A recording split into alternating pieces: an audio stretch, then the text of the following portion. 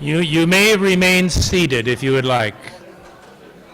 You can remain seated. This is the signal for the Rotary Choir to come forward.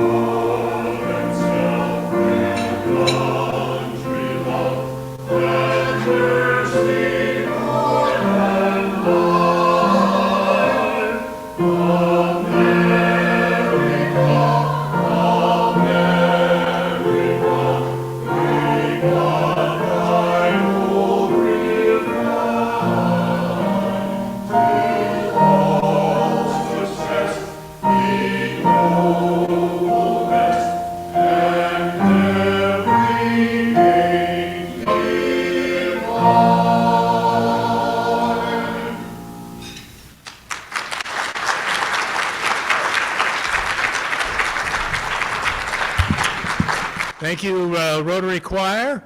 I hope you appreciated the drama leading up to our beginning, but I think there were some technical issues at the piano that needed to be resolved, and they were. And from where I was, and it sounded great. Hopefully, it did at your end too. So, all right, I'm going to let Joe Parks provide us our invocation.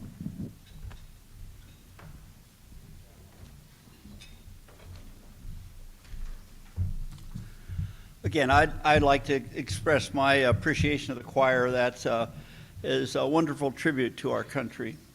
Let us pause for a moment while I offer a prayer of thanksgiving. Lord, thank you for the opportunity we have to enjoy the meal and the conversation. We ask for wisdom, courage, and to take the time to listen to others and to use this information to promote and strengthen our community. We thank you for those who have quietly worked behind the scenes to make these meetings possible. We thank those who have prepared the meal. And again, we thank those who have taken the time to record the history of our valley. We ask now for the wisdom and openness to use that information in a way that will maintain and grow a legacy for those who are yet to come. In this time when there seems to be so much controversy and unrest, help us all to build the goodwill and friendship for the benefit of all. We pray this in his name. Amen.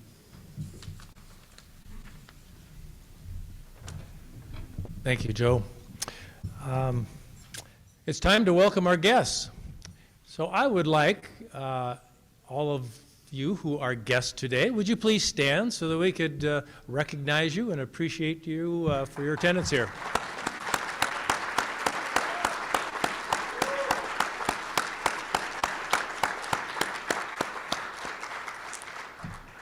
So a couple of volunteer asks. The city of Yakima has put together a graffiti abatement program that's going to take place at Garfield School in the surrounding neighborhood, where there's going to be some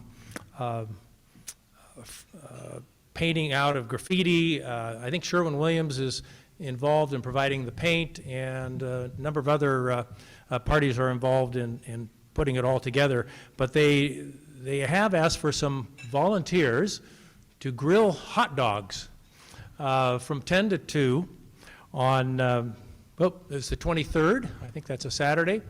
And if you are willing to do that, I have to tell you that my wife and I don't know if she knows it yet, but my wife and I are going to be also grilling hot dogs that day. So if you feel like joining us, we need another 2 people to help out. Also, another volunteering opportunity is occurring tomorrow morning. It's a little bit secretive, but if you are willing to volunteer tomorrow morning and curious about what that is, John Ball would like to see you after the meeting. Just I want to take a couple moments to correct something from last week. There was I guess sort of roasting me last week through the Sergeant of Arms. It was mentioned that I had 2 daughters, and I just want to clarify that I do have a son, and feel that he should have equal billing, my son Scott. So clarifying that. And I think my wife and my 2 grandkids, 3 and 5, are watching right now on Facebook Live. And from this point on, I'm sure my grandkids will have no interest in this program. But all right, Felix Riffa, we have a new member to introduce, and you are the one doing it.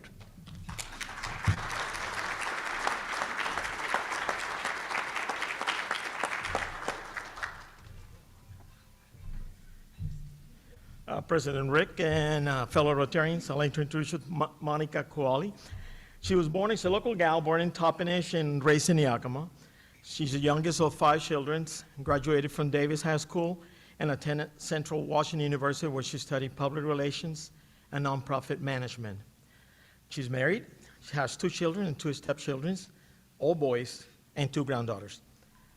So she started in this area. Actually, I met her a long time ago at Cesta Cucina, but she had been employed by the Maurer Foundation, Investor Relation Manager for the Yakima County Development Association, YCDA, and currently she's employed by BBSI. She likes to take long road trips, being outdoors, and is spending time at the beach with her family, loves to be engaged in the community working with the small businesses, volunteers with Emergency Management of Yakima County, belongs to BNI, NIA, and Washington State Business Connections. And some of their favorite things like networking and meeting as many people in our community as she can to form new relationships. Monica has a deep love for their community and is looking forward to continuing to make an impact through the great work that she's done through Yakima Rotary. So, fellow Rotarians, Monica Coali.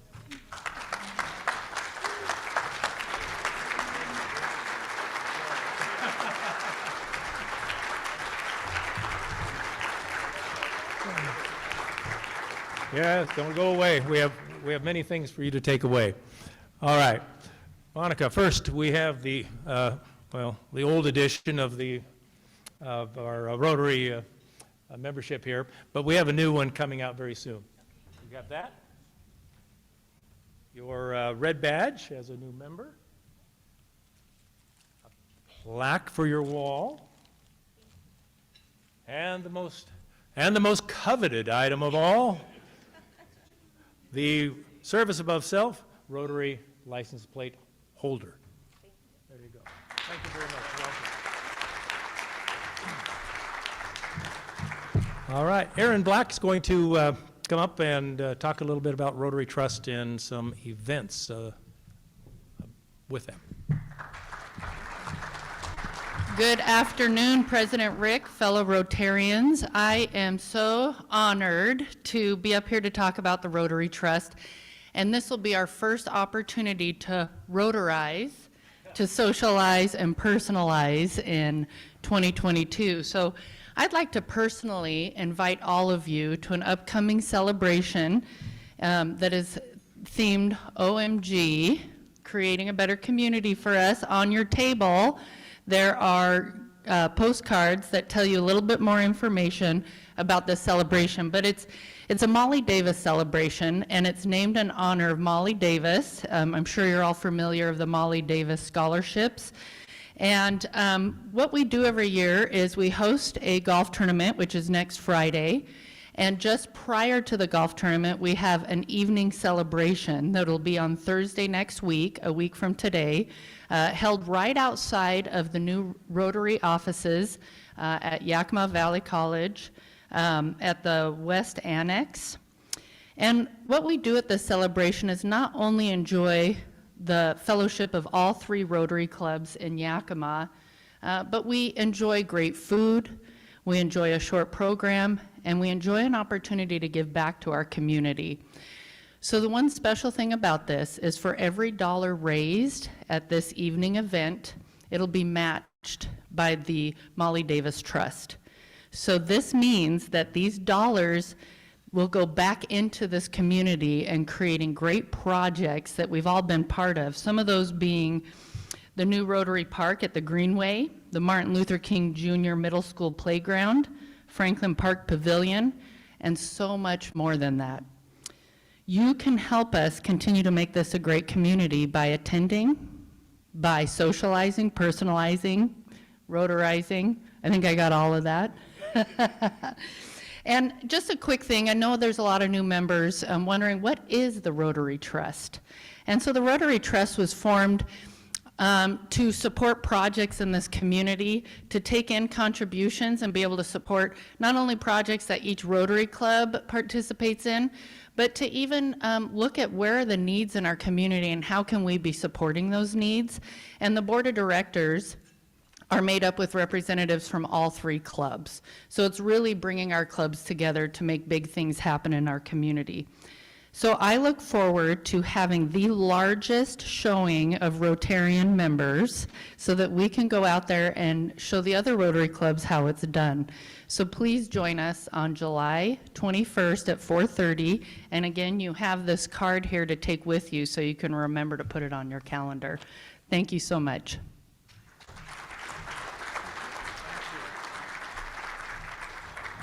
Well, I failed to mention that Aaron Black is president-elect of our Rotary Club and also serves on the Rotary Trust Board. So excellent summary of the trust and its benefits. Thank you. Okay. Today is National Pandemonium Day. So we should have some pandemonium, right? Some rotarizing pandemonium. Oh, I can see it starting in the back. It's a wave, yes. That isn't quite what I had in mind, but okay, it's pandemonium. It just happens. Well, I dug back in history, back to the Luring Rotary administration, Greg Luring, and at that time he initiated and introduced what he called, I think it was the Rotary Walkabout. So what I'm going to have you do is take about 5 minutes, get up out of your chairs and walk about. The idea is that you look for somebody you have never had a conversation with in this club or a guest. So you have 5 minutes to find that person, or if you you can maybe have a speed conversation and have multiple contacts. So on your mark, get set, go. Pandemonium.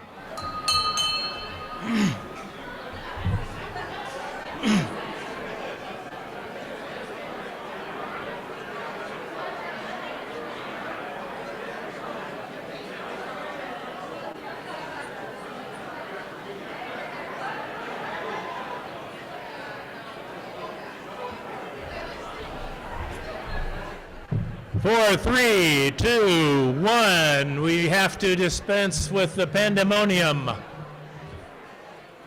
Please take your seats.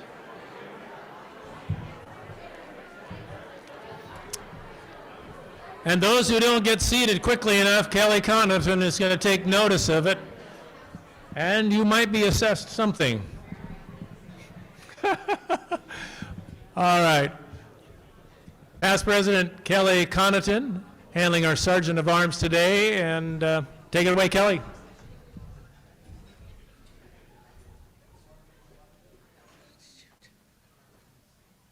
Just figures. Oh, you don't have to get so quiet. All right. Yay! Thank you. Hi. It's good to see you, Steve. Good to see so many of you here today. So first off, just get your money out because we're going to go through this real quick. I think it's extremely odd that we have a museum curator on Pandemonium and Chaos Day actually as our speaker. Yeah. Peter, pay $1. And who, after 730 days of chaos and pandemonium, some bright individual decided we needed to designate July 14th as Chaos and Pandemonium Day. I mean, what is that about? All right, so real quick. In, the celebration of this Pandemonium Day, because we need a day to remind us of the chaos and uncertainty which marks most of our lives, because that's so important. I'm just going to share with you a little bit of the pandemonium and chaos that's been going on in my life since Monday, and you'll get the point here really quick. So get your money out.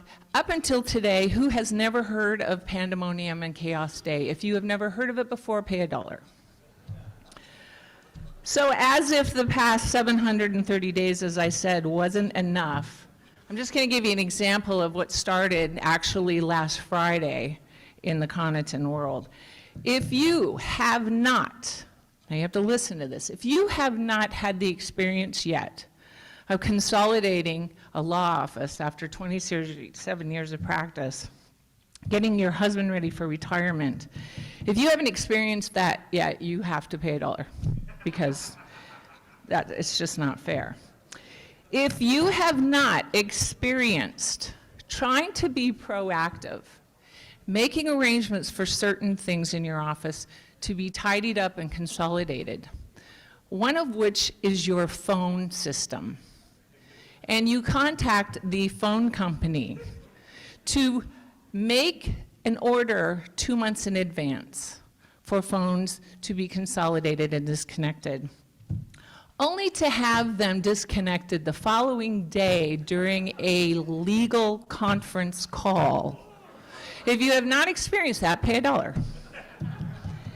If you have not experienced the 14-step phone tree of CenturyLink in an effort to speak to an individual halfway across the world, pay $1.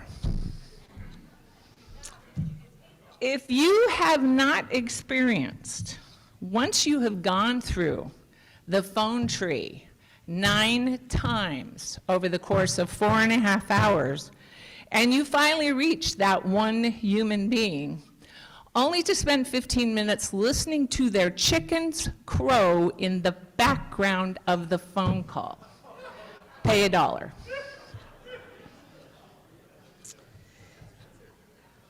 It's yeah, this is an expensive one, Rick. You'll make a lot of money today. Here we go.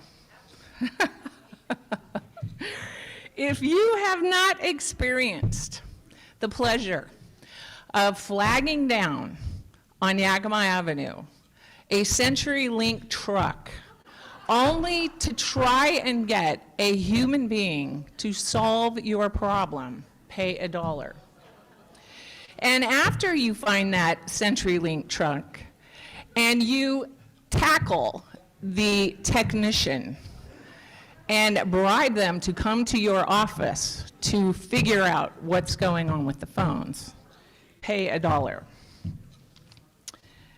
Blaine is still going to retire in 2 months. The phones got reconnected. But I just want you to know that pandemonium and chaos when you're trying to retire an individual is not a lot of fun. So just enjoy it while you can, and wait to the last minute to disconnect your phones. Don't ever try to be proactive. And in the words of of Bob Dylan, I accept chaos and pandemonium, but I'm just not sure whether it accepts me. Happy Pandemonium Day, everybody.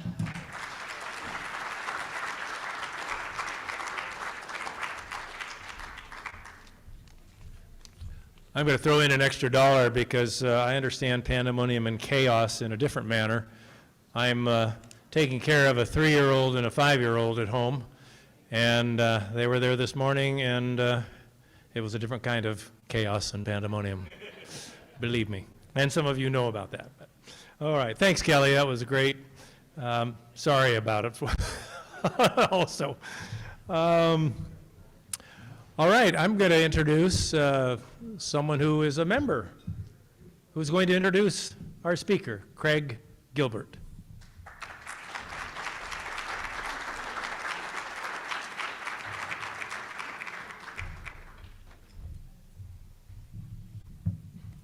So what does a man do who has a law degree from the University of London, a master's degree in museum studies from Leicester University, experience in alligator farming, started and sold his own software company, and when he retires from his successful museum career?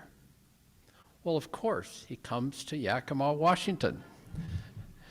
Peter, Arnold, and Susan Duffin arrived almost 5 years ago from upstate New York as the new executive director and director of development for the Yakima Valley Museum.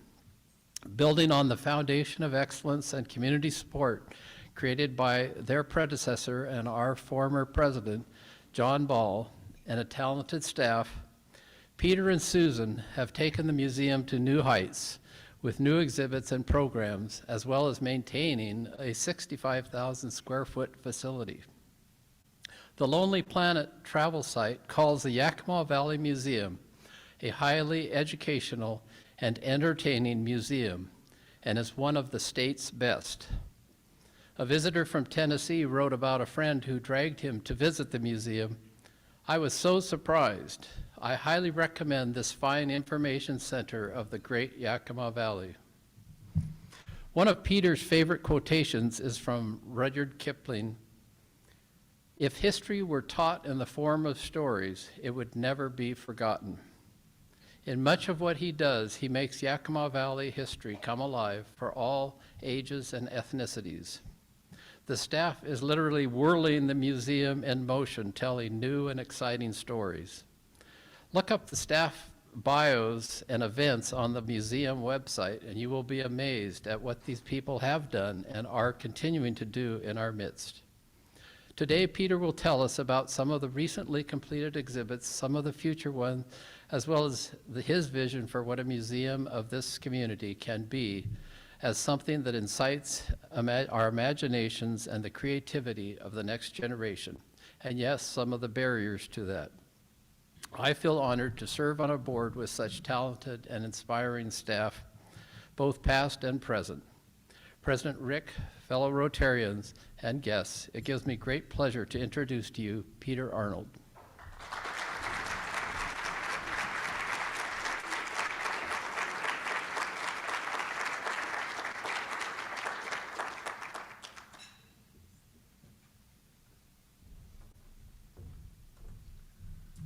Well, good afternoon, and thank you very much, Craig, for that wonderful introduction, and thank you, President Rick.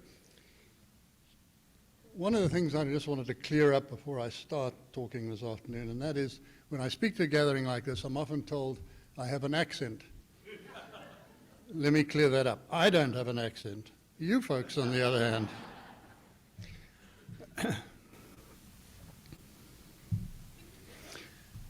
My title for the talk this afternoon is removing barriers.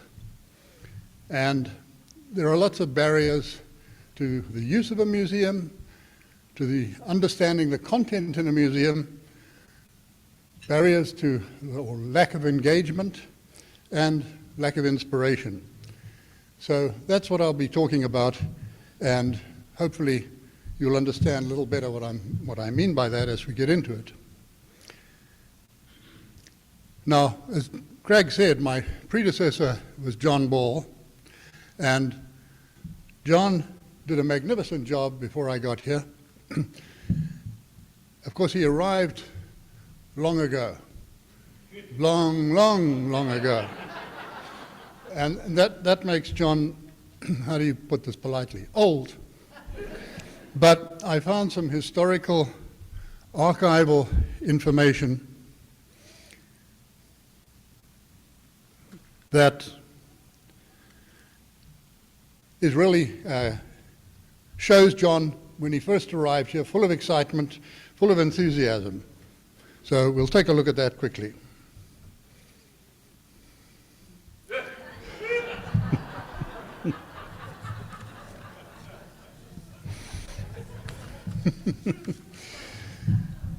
So, museum itself can be a barrier. A lot of buildings that museums are housed in tend to be, by design, impressive and grandiose. They want to showcase that what they have inside is important and interesting. So we're really no exception, albeit that we're a small museum, in that the facade of the building looks imposing. Well, that can be intimidating to a lot of people. And I've had some Hispanic folk who are now prominent members of the community tell me that when they were young, their mother would never have dreamt of bringing them to the museum. It wasn't a place for them. So that's something that we can't alter, obviously, in doing anything about our building itself, but we can be aware of that in our marketing and in our programming and try and break down that barrier as much as we can. Now, the most important barrier in a museum is understanding. Are people understanding the information that you have? If there's no understanding, there's no value, and the museum is therefore not a resource and it's not inspirational. One of the things that we did immediately is start to put everything that we have into Spanish. 50% of our population here is Hispanic. So as you'll see on this text panel, half in English, half in Spanish. Even if that Spanish is not read by a visitor, and a lot of the Spanish visitors don't necessarily read Spanish or write Spanish, but the mere fact that it's there tells them that this place has thought about them, included them, and it's for them as well. And we found that to be true since we've started to do this. Now, quite apart from language as an issue, the text that we display is itself at times a problem. This little piece is the bottom extract from the panel we were looking at a second ago. And you'll see that it's in two columns, just like a newspaper.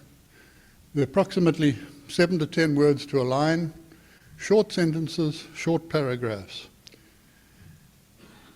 When you look at this in the museum, the font size is quite large, so you can read it without having to put your glasses on or without having to bend down to read it. There are about 133 words there, which takes you about 30 seconds on average probably to read it. Now, text can be analyzed as to its reading difficulty. There's a test called the Kincaid Readability test, which actually exists on your Word program, if you know how to switch it on in preferences, and it will analyze the text by virtue of an algorithm, and this text, according to that, is 8th grade level reading. So our goal is to make text between 6th and 8th grade level reading, and that does not imply that we're dumbing the text down. We're simply simplifying it, and in some cases, shortening it. Now, what's scrolling here is the same subject matter in a previous version of the text panel. And you'll see there's about 800 words there, which means it's going to take roughly 3 minutes to read.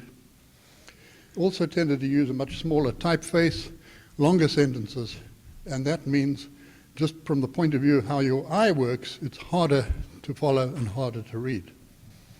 Now this panned out at 12th grade level. And it may surprise you to know that most articles, for example, in the New York Times, aim to be around 10th grade. The average American, according to the Department of Education, reads at a 7th to 8th grade level of understanding. According to them, 54%, which is about 179 million, are not totally proficient in literacy and read at least at a 6th grade level to an 8th grade level. So if we make the text more complicated, and if we make it more academic, which the majority of museums, I would say, do, you're excluding a huge segment of your audience, and we don't want to do that.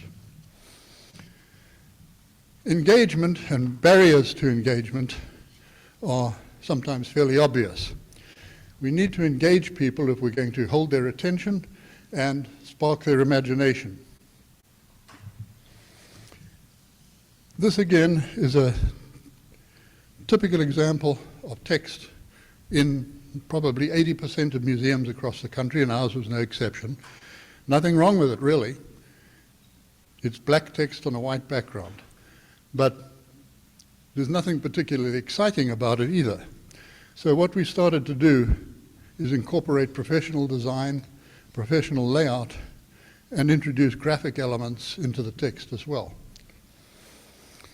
We've also tried to add something tactile so that people have got some contact with what it is that they're reading. So on the left here, you'll see something we designed that we call a flip panel. On the one side is English, on the other side is Spanish, and you can just rotate it, and it's held in place by a couple of magnets top and bottom. It solves another problem in that when you add another language, you're doubling the amount of real estate you require to display that language. So this helped to solve some of that problem.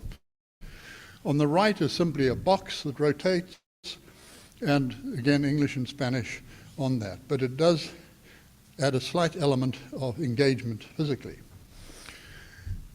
We also brought backlighting into some of our exhibits. That particular panel, which we've seen a minute ago, is about 3 foot wide by 3.5 foot deep. And it's backlit with an LED material that you'll see there on the right, which is as thin as a piece of paper and covered in little LED lights, and you can cut it to almost any shape. So for our purposes, it was perfect, really interesting material, but it helps the panel stand out from the background. We also introduced quite a bit of video content. That's the entrance to our new mountaineering exhibit, and that screen is 9 foot wide across.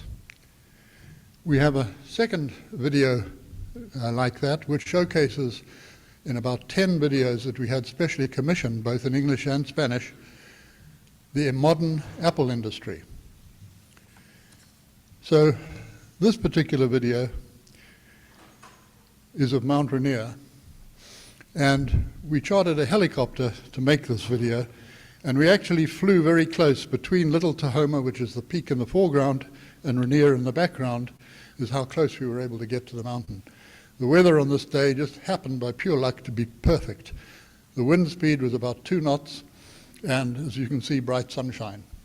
When we started the day off, it wasn't nearly so good, but since we'd cancelled 3 times before, we said, the heck with it, we're going. And the result is perfect. What we did then is superimpose the names of the different features on the mountain and show some of the primary climbing routes. And down on the left there is a position marker that tells you whether you're looking north, south, east, or west on the mountain. So those types of videos can be very engaging for people, and I know a lot of our mountaineering friends have found this quite fascinating because it provides a different perspective from many pictures that you'll see of Rainier, and certainly you don't get this type of perspective even flying around it in a fixed-wing aircraft. In that exhibit, we also started to incorporate kiosks, computer kiosks. And the reason we did that was multifold, in that there's a lot of great information that's impossible to all put it up on the wall. It just would take far too much space. So by including it in a kiosk, we can add a whole lot of information that otherwise we couldn't display. And it allows people through the touchscreen to explore at their own pace. So that particular one has a turn-page copy of our book that we published on mountaineering, but several of the others have different components. This one, for example, you can see the different categories there, and if we choose animals and plants, for example, we end up at a submenu, and we can choose, again, either looking at plants, reptiles, birds, etc. But I'm going to choose amphibians, just because I like them, and you'll see why in a minute.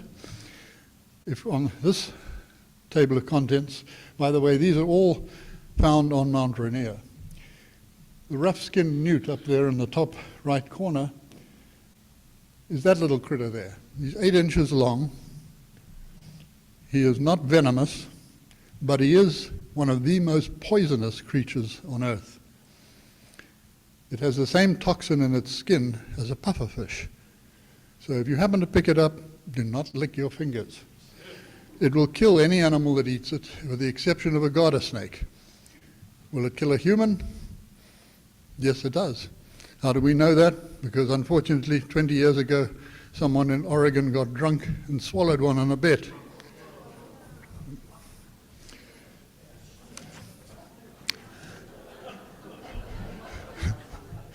So even if you're starving, don't eat that thing.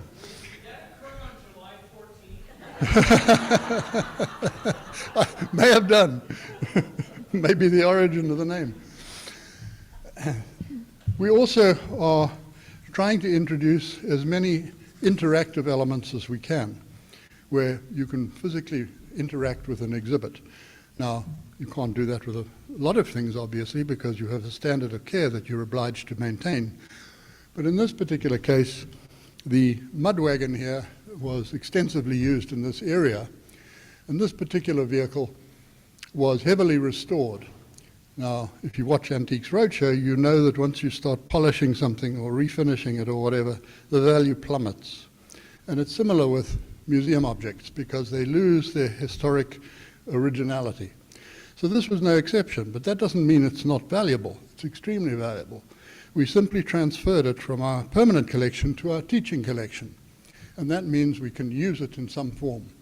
So we added the steps, and that allows children and their parents, if they want to, or could fit through that door, which I can't, to sit down in the coach and imagine what it was like to travel in one of those vehicles.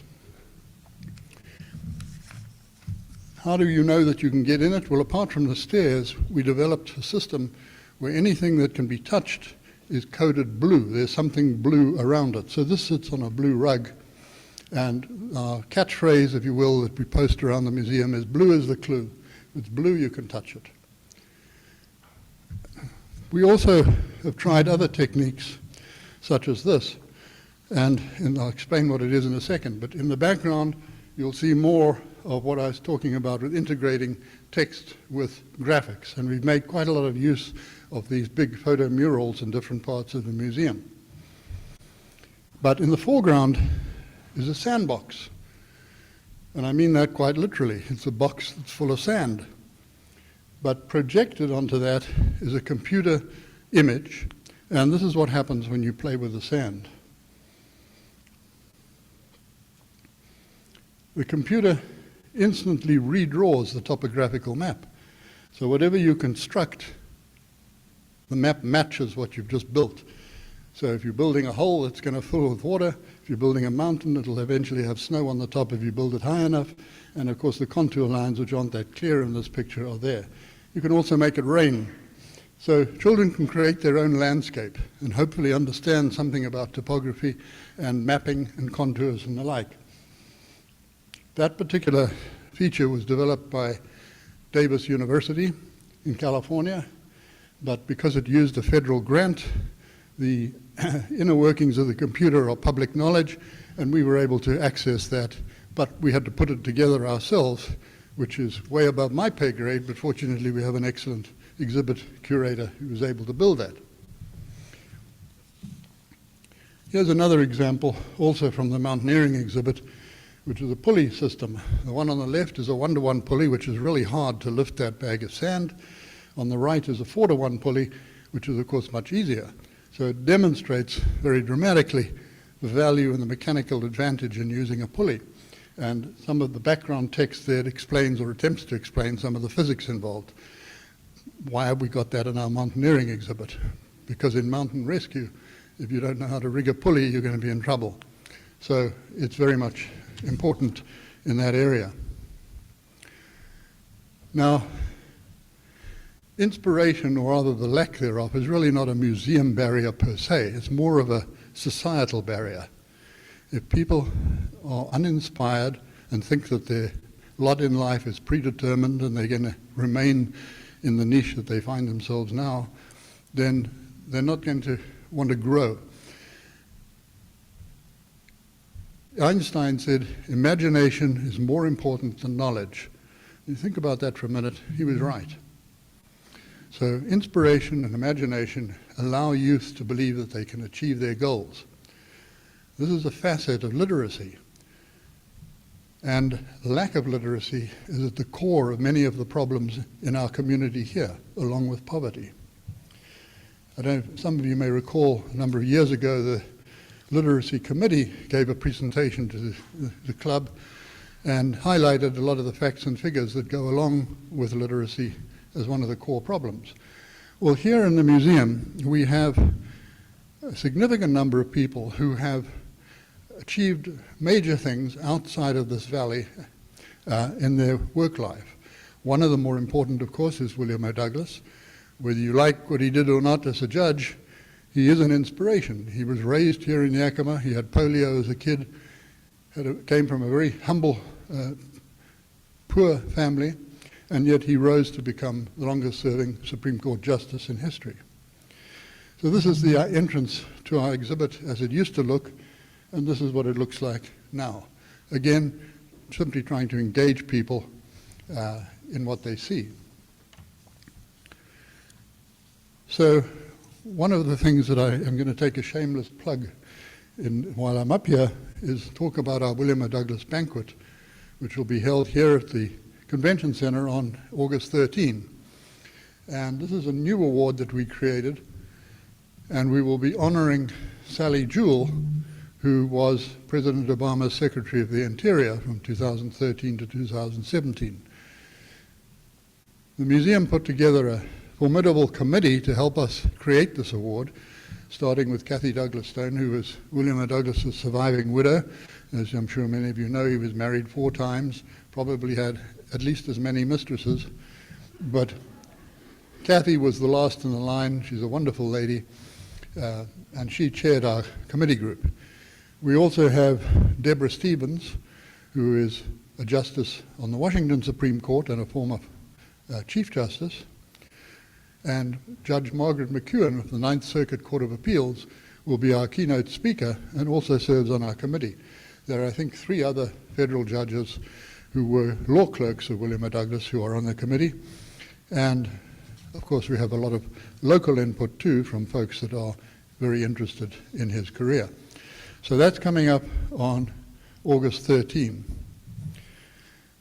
And I'll end by saying if there's one thing that a museum can do that you can take away from a museum visit, I would be happy if it was this: believe in yourself. Thank you, Mr. Chairman.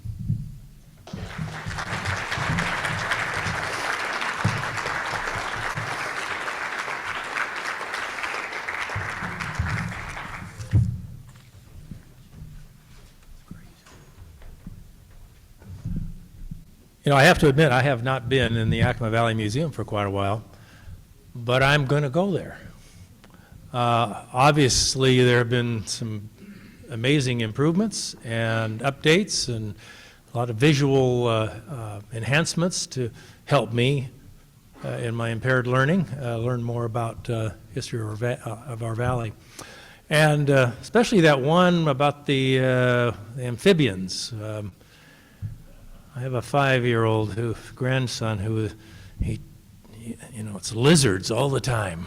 So we might be taking a visit there. And I will say, anybody notice the sign out in front of the museum? Wow.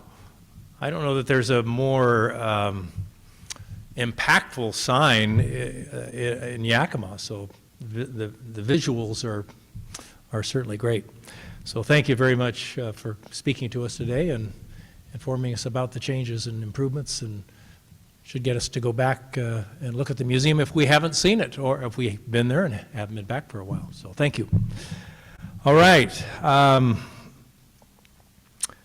Next week's program is our district governor, Carl Ruther, and he comes from the Leavenworth Club. He has an interesting background. He was born in Germany and I think educated there. I had a chance to meet him in a similar kind of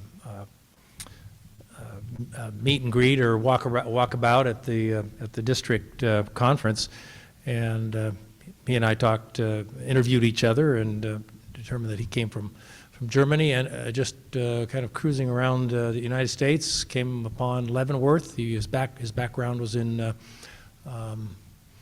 the hotel business, and there was a new hotel being built in Leavenworth at the time, and he got a job there and remained. That's my understanding of his life in Leavenworth. So we'll probably learn more about it. We'll learn more about Rotary internationally and in our district. But I think you'll find him an engaging individual and speaker. So hope you'll attend. We have, now I don't know which order these are in now, but Ed Bilski, I think that's next, Ed Bilski, opioids and our communities, a post-pandemic path forward. I'm sure that's going to be very interesting. It involves our community and challenges that we have with opioids. And then Frank Pritchard will follow. I understand he is the founder of pickleball, and the title is Absolute True and Improbable Rise of Pickleball. And it is a very popular sport now. In fact, I'm just going to ask, how many in the room here play pickleball? Okay. We are trying to have a pickleball round robin, or I guess I don't know how to describe it, but I suppose round robin, as part of our picnic on September 1st at Franklin Park. So you pickleball players, practice up and look for a sign up to participate on that day. Couple things, just a reminder, going back to the volunteer opportunities. John Ball and his mystery volunteer event tomorrow morning. So please seek him out quickly, because tomorrow comes pretty fast. And then the July 23rd grilling hot dogs with Rick and Gay. Invite you to join us 10 to 2, the graffiti abatement event at Garfield Elementary School. And I think on that note, other than the Rotary Reunion, August 11th. I hope you'll put that on your calendar. It's a regular meeting day, but we're going to make it hopefully a little bit different by bringing Rotarians back together who haven't been here maybe for a while. So we're in the planning stages of that. You might find yourself in a certain class of Rotary, and you might be asked to be the president of that class or the sergeant at arms of that class. But keep it on your calendar. Look forward to seeing more of you there, and a chance to get back together. And with that, I want to see more and more. Monica, welcome to our club, and I'm going to clap for you. And on that note, we are adjourned.